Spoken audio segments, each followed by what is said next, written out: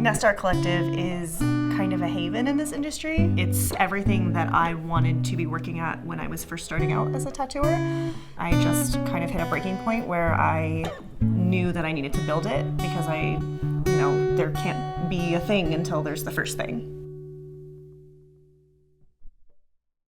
My name is Lora Bird. I'm the owner of Nest Art Collective. I've been tattooing since 2019, but I've always drawn and painted and taken any art class I could get my hands on. I was on a very different path in life. I was pre-med in college and then started a graduate program and was working at a veterinary clinic and then just got overwhelmed and bogged down with everything and dropped out of everything to try to be a tattoo artist. When I first started, I kind of wasn't really interested in tattooing. I mostly, just did art in high school and elementary school, but that was about it. The way I got into it, my mom kind of had connections with a guy who was a tattoo artist. Generally, I've been tattooing since I was like 15, just kind of doing it on myself and friends, maybe even when I shouldn't have been. I'm a self-taught artist, originally from Arizona. I just kind of hopped around. I've always just done a lot of drawing and illustration and kind of found my way into tattooing naturally. I got my first tattoo and I was like, that's the only one I'm ever gonna get. I don't need more.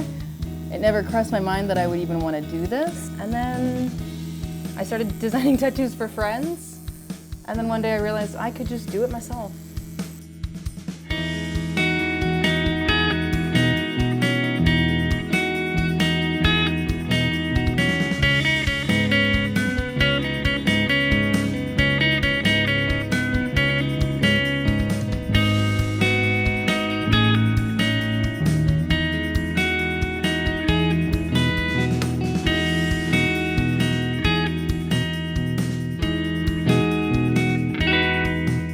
I went to school to be a music teacher, taught music for 2.5 years after I finished my undergrad. And I really thought from age 15, I really thought that's what I wanted to do. And I was top in my class and got on the dean's list and got the only job in my district at the time. I got through my first year and I hated it. And I can't really explain why, because it wasn't the students, obviously. That was the only good part. But just the administration and the pay, honestly, and having to cover my tattoos. And everybody told me, you're not gonna be able to get a job. And I was like, whatever, I'll just wear clothes over them. But it turns out that is actually affecting on your mental health, to have to wear a cardigan every day and look so prim and proper. I ended up quitting. At the time, I had this friend, she put a design up on the internet. I go up to get a tattoo from her. I'm getting my leg shredded up. I'm just complaining about my life. I'm 25, I've already had 2 careers. What am I doing? I'm not using my degree. I'm not making any money. I'm really unhappy. And she was like, oh, I'd apprentice you. And I don't really think she was that serious, but I kind of just took her up on it and started showing up every single day and making it happen. So I think things just fell into place. I don't think I had ever thought that I would even get tattoos, let alone be doing tattoos. After I got my first tattoo, I had such a positive experience that it put the idea in my head of wanting to try to be a tattoo artist. Pretty soon thereafter, I had just had a really miserable day at work at the veterinary clinic. Just walked into a tattoo studio with a bunch of drawings and paintings and asked if they would apprentice me, and they liked my art, so they said they would. I was going to school for a while for animation. On the side, I was still just kind of doing tattoos when I had the time. Honestly, COVID is kind of what made me become a tattoo artist, because I stopped going to school. I just didn't think it was that worth it anymore. And I just kind of one day realized that tattoos were the only thing that made me money and made me happy at the same time. Once I got my first tattoo, I realized it just made me feel so much better about myself, about my body. It kind of gives you a sense of control over who you are. I kind of went into tattooing wanting to help people feel that way.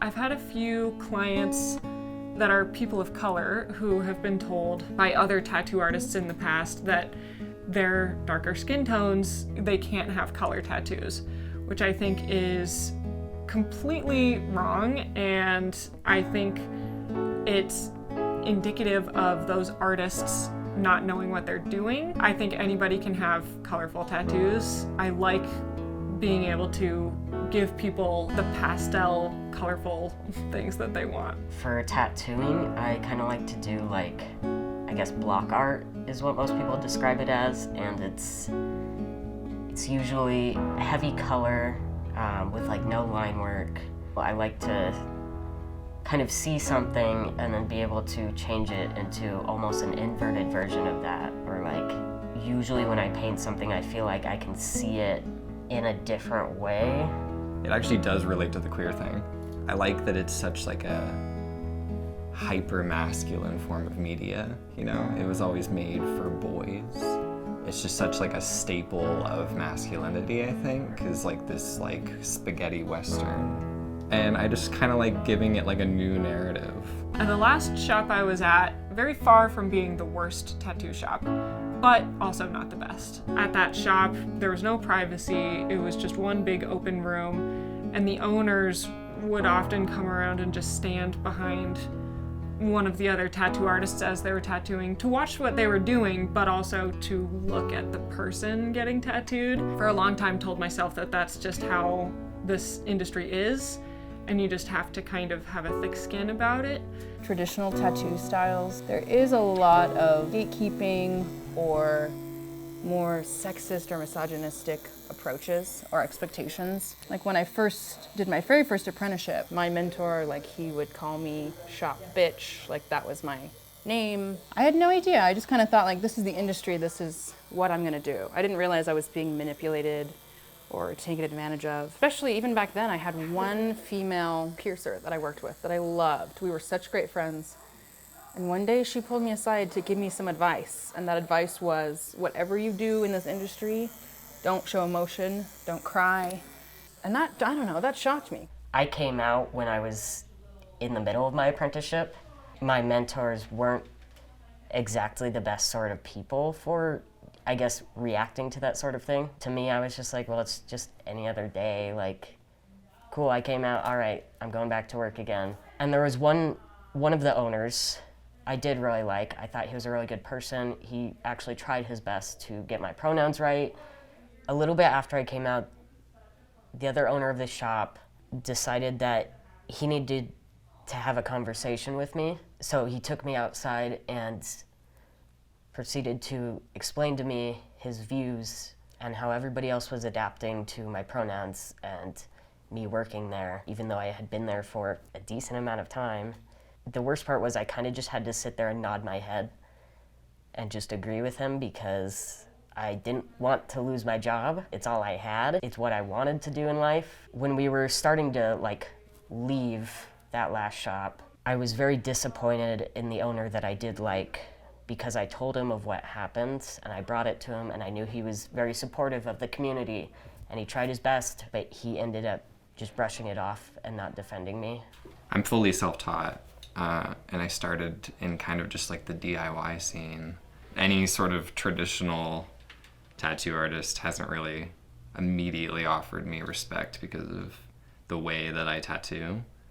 That's just bare bones, let alone the queer element. That was part of the reason I never pictured myself as a tattoo artist. When you think of a tattoo artist, you kind of have this image in your brain of like what a tattoo artist looks like, and I didn't want to be that. Part of the decision was like kind of just finally becoming my own person enough to be like, I don't have to be that, you know? I can be my own kind of tattoo artist. I always said if like I was gonna have to work in a shop, I just wasn't gonna tattoo anymore. That was before I realized like things like NIST like exist and are a thing. So having individual spaces, I think, is the most important part of this as a collective, because traditionally, in my experience in tattoo shops, it's usually a really open space. There's usually, 3 to 12 artists crammed into however much square footage. And that's the shop that I learned in. Say that you are a client and you're feeling very vulnerable. I think it's really important for making an uncomfortable situation as comfortable as possible.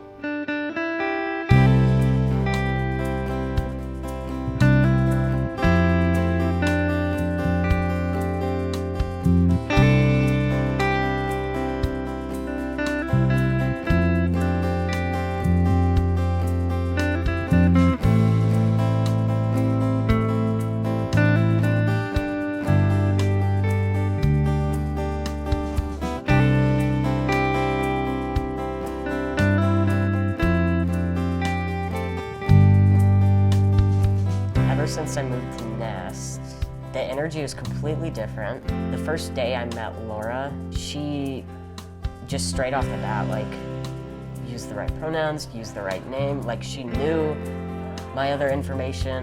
She basically just talked to us about what she wanted this to be and like how it was supposed to be a safe space. And you know, it's a shop, but the first thing that she wanted it to be was a place where people can feel comfortable getting art, genuinely connecting with other people through tattooing. And a lot of those artists that still really feel strongly about, you know, tattoos needing to be a certain way or hurting a certain way, I feel like those people are slowly trickling out. I think clients are smart and they're realizing there's options, and a lot of Gen Z and millennial tattooers are the reason it's shifted. Like some shops, you know, they don't even want to share like a little bit of Vaseline, or, you know, let alone like you can't have a little cap of their ink, you know. Let alone any kind of artistic feedback or support. But this is so different from that. It's a very like open space, and a lot of the people here have come from difficult situations, so it feels so much more welcoming when everyone here is able to be, you know, we know it could be so much worse, but to have a space that is inclusive of who you are and what you want to do, what your art style is, and what your goals are, is just huge.